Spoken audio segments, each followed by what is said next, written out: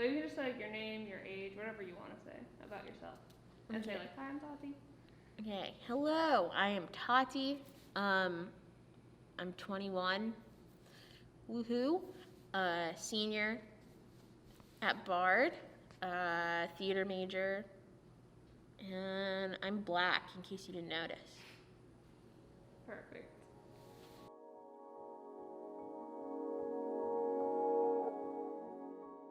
So my high school was really big on everybody needs to go to like a name brand school, or like community college was like not an option. I heard about Bard through my college counselor.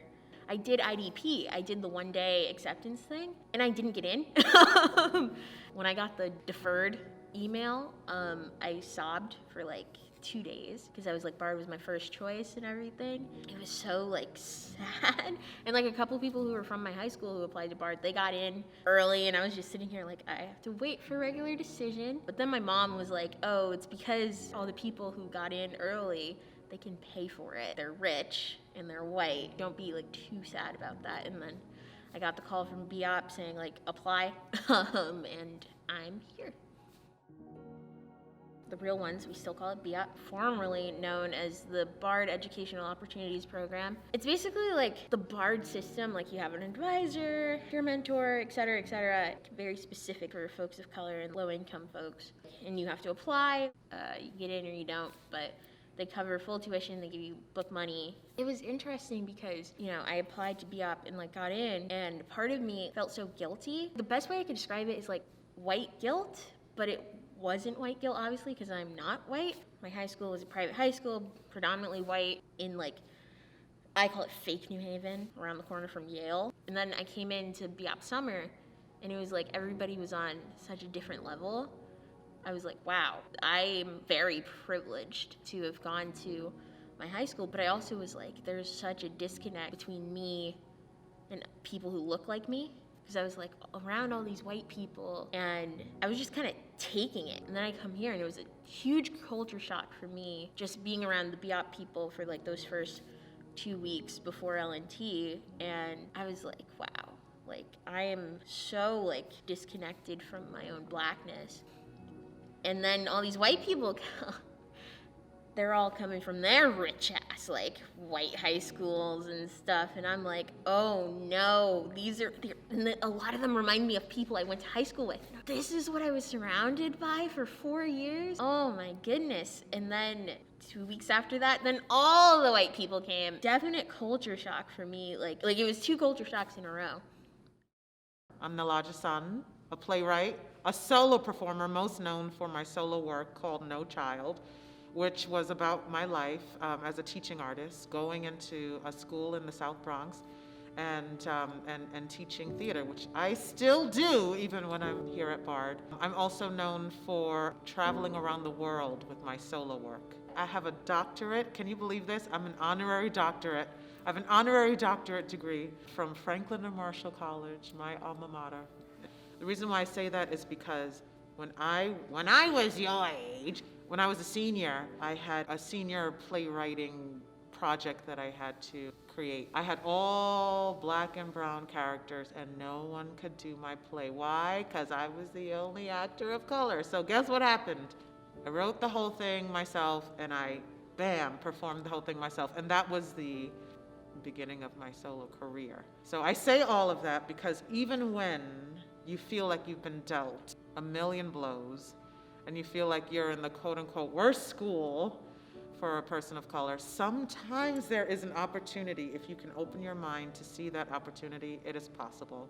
I actually like to consider myself that I'm Nilaja's favorite, but I met Nilaja last semester because I took both her solo performance and her playwriting class, and they both were on Mondays for 3 hours. So I was the only person who was taking 6 hours of Nilaja, and she's just absolutely a light and such a mentor to me. Like over the summer, when like George Floyd was murdered and the protests for his murder and Breonna Taylor and Ahmaud Arbery happened, she had like texted me. She was like, "Did anyone at Bard ask if you guys were okay?" And we were like, "No."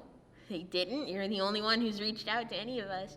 And so she held a healing session for me and the other theater students of color. And I think like her, once again, like her presence really like inspired me to like, you know, call out faculty in like really public ways. We had kind of, let's take a breath, just us, faculty of color, me, I'm a faculty of color, me and the students, and let's just take a deep breath and let's figure this out. At the time, I knew that they were already, Taty especially, was already finding ways to start the deep conversation here at Bard.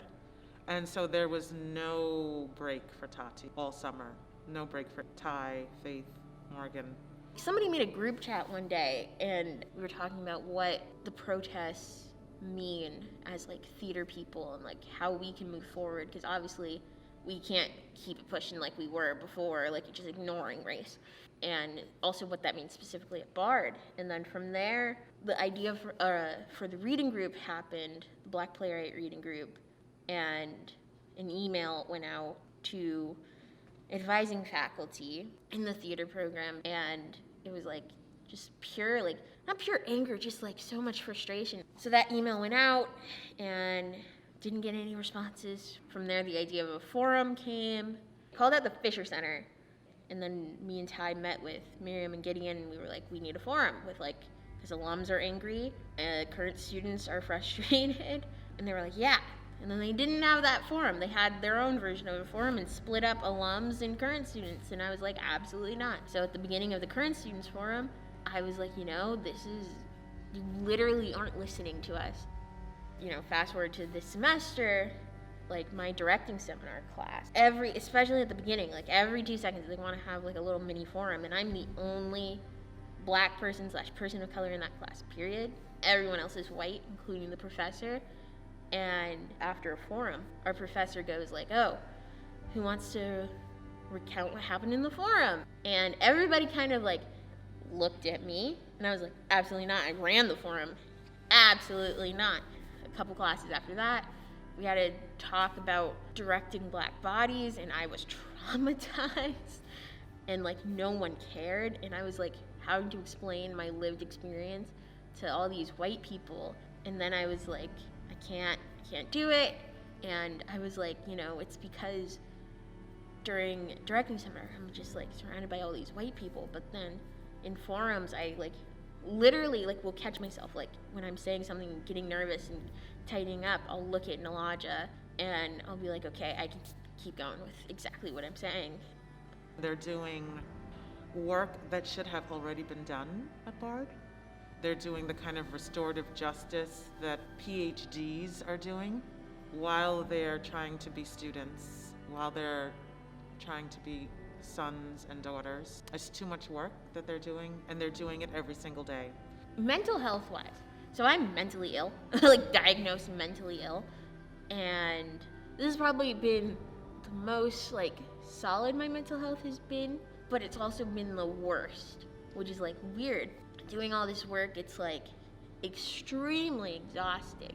I have to start thinking about like applying to jobs and things like that, and how me like speaking out, there's just this fear that I've burnt bridges with theater people, and like, you know, networking in all departments is like important, but like in theater is like so important. And then, you know, COVID also makes the theater field non-existent. So it's just like, this was the perfect time for all of this to happen.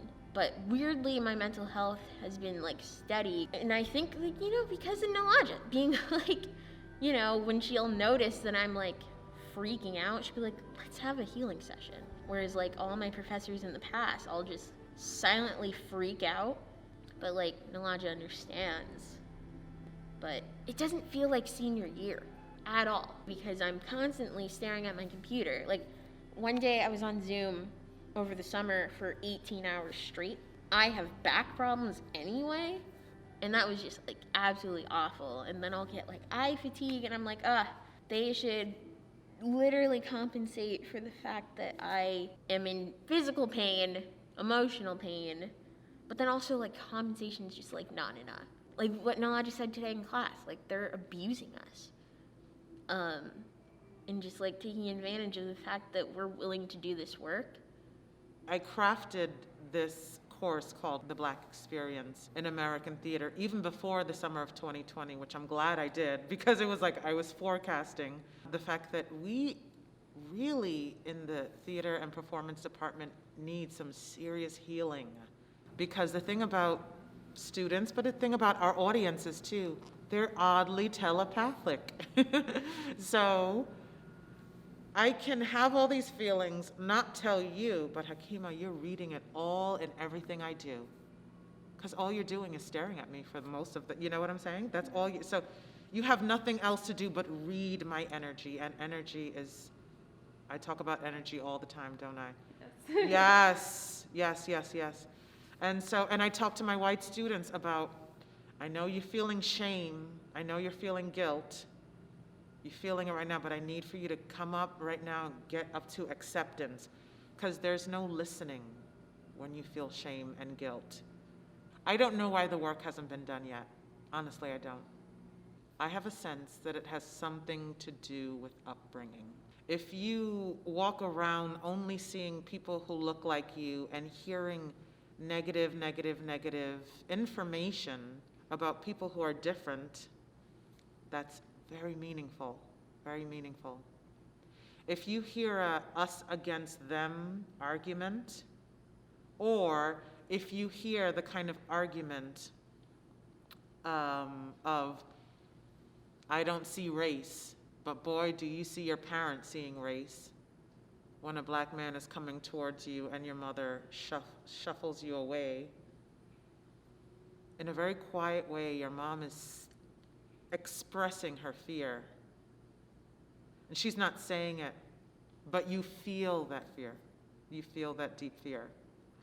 And so I really do think it's almost up to us, and by us I mean them, to say to yourself, well, where the heck does all this come from? And I guarantee 99% of it comes from childhood.